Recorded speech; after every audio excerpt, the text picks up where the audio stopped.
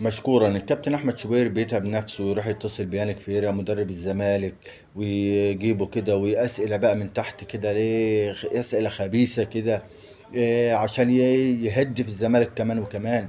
معاه لحد ما الراجل قال له احنا يوم ماتش قبل ماتش الاهلي ما عرفوش يدفعوا الشهر بتاع النت، ففصلوا عنهم النت وما عرفناش نحمل الفيديو نشوف الاخطاء ونشوف ايه اللي هنلعب عليه في ماتش الاهلي. يعني مفيش.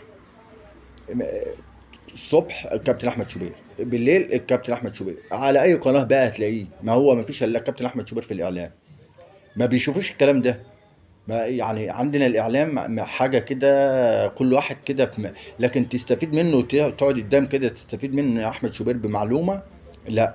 تستفيد منه مثلا ان الفريق ده لعب خطه كذا، ولا كان المفروض المكان ده يجيب فيه اللاعب كذا، ولا لا. ما اهم حاجه كيمي كيمي كو ويا نسر والكلام اللي احنا